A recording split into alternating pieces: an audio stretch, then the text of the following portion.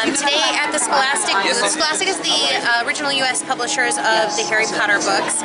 Bloomsbury is the UK publisher, and Scholastic is the publisher here in the U.S. So today we have our Scholastic books on display, both the original Mary Grand-Pré cover art in the hardcover, as well as the 15th anniversary paperback set that Kazuki Buishi was the illustrator of. So he illustrated all the covers, including a box set, and we have that on display here today as well. And we're inviting people to come sign our Muggle wall and let us know what Harry means to them. And you can see that it has been really popular. There's a lot of really inspiring messages, really beautiful things that people have written about what Harry means, both from their childhood and when they're adults. It's really fantastic. We have a raffle. Kazuki Buishi will be on the stage tomorrow. He's going to be illustrating the illustration of Harry Potter, and he'll be painting live on stage.